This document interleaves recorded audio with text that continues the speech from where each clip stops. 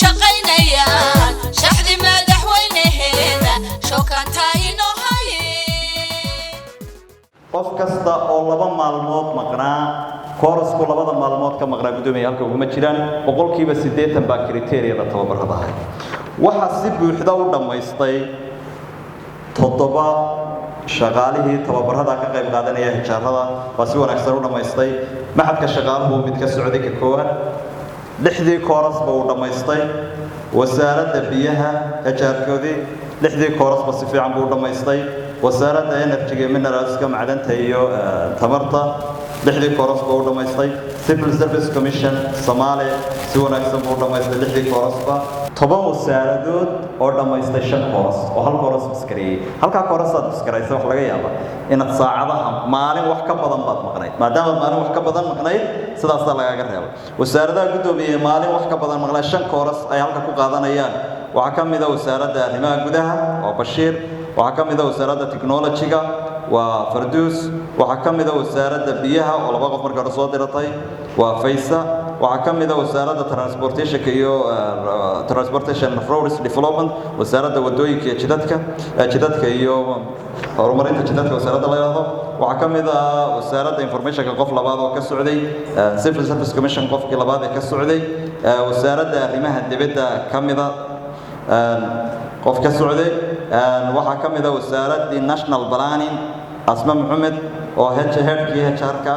waxa kamid ah wasaaradda planning qof labaad oo ay soo diratay wasaaradda information-ka oo iyadoo 3 qof soo diratay qofkii saddexaad intaas waxay dhameysteen 5 kooras waxa inoogu xigay markaas 2 qof oo 4 kooras dhameystay 6 bay 4 kooras ka dhameysteen waxa weeye 2 qof ee 4 kooras dhameystay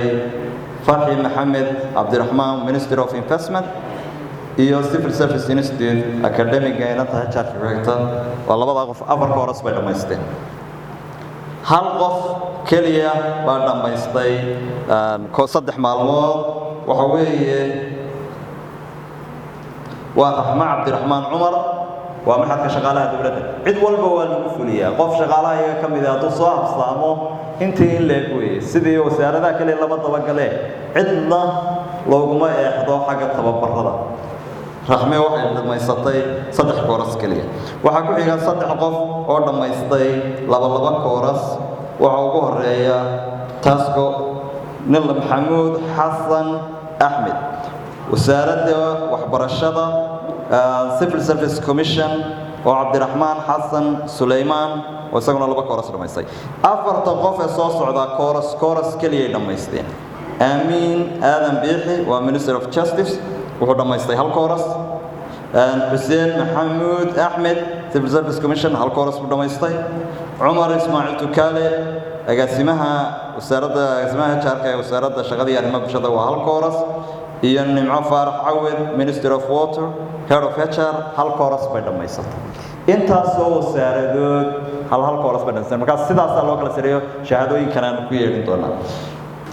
waanu mahad celinayaa xubnaha sida dhamayska tiran dadaal kale u dhameystay tababarka waxaynu arrintan ahmiyad u siinaynaa waxa weeye maxadka shaqaalaha dawladda waa la xisaabtanaa imanka waxaanu eegnaa quality-ga tababar uu bixinayo waxaanu eegnaa sida ay uga go'an tahay qorshaha inay dhameystiraan tababarada waayo wuxuu ku shaqeeyaa cashuurta aynu ka soo ururino cashuur bixiyayaasha waxaynu cashuur bixiyaha ka soo ururinay islaanta tamaandhada iibinaysa cashuur ku bixiso ee wasaaradda maaliyaddu cashuur inoo qaaday mushaharka la idiin siiyo halka uu ku baxayaa waa inay wax waxtar u noqonaya ummaddii iyo qaranka ay noqdaan waanu qiimaynaa iminkana barnaamijkan cusub ee aanu maxadka gaana la galay wuxuu ku salaysanaanayaa qiimayn guud oo institutionada dawladda oo dhan ah oo waxaa ugu horeeya training needs assessment tiimku u imanayaan si la mid uun baan xisaabta ay ku timaadaa imanka in aniga la soo gudbiyo iyo waxda tababaradaba wixii tababar qaatay shaqaalaha dawladda waayo waa nooc in la dayacayo oo la luminayo la khasaarinayo miisaaniyaddii qaranka wixii loo qorsheeyey haddii la iman waayo tababarada ka qayb qaadan weydaan annagu waraaqaanu soo diraa waraaqa waxaanu soo diraa in wasaaradihiina iyo hay'adihiina tababarka cid u soo dira cidday soo diraan waa inay noqotaa cid committed ah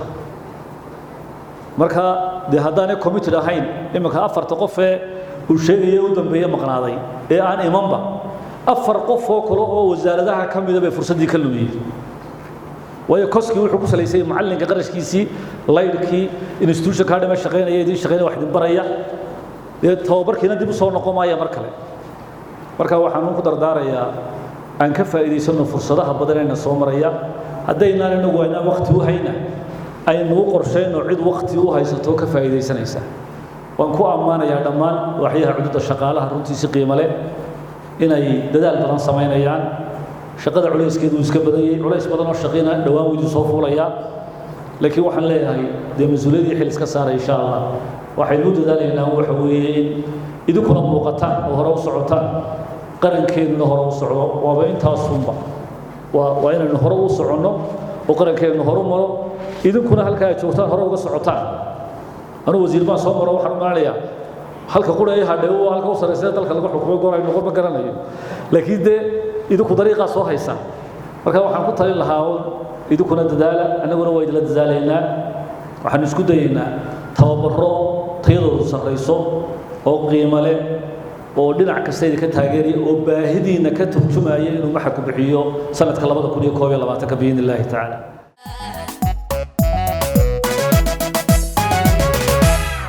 waxay ku shaqaynayaan shaxdi madaxweynaheeda shookaanta inoo haye waxay ku shaqaynayaan shaxdi madaxweynaheeda shookaanta inoo haye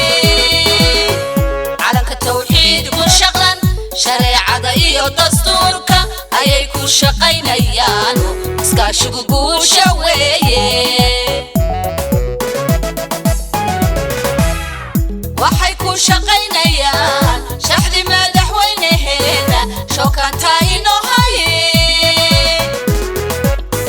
waxay ku shaqaynayaan shaxdi madaxweynaheeda shookaanta inoo haye calanka tawxiid ku shaqlan shareecada iyo dastuurka ayay ku shaqaynayaan iskaashigu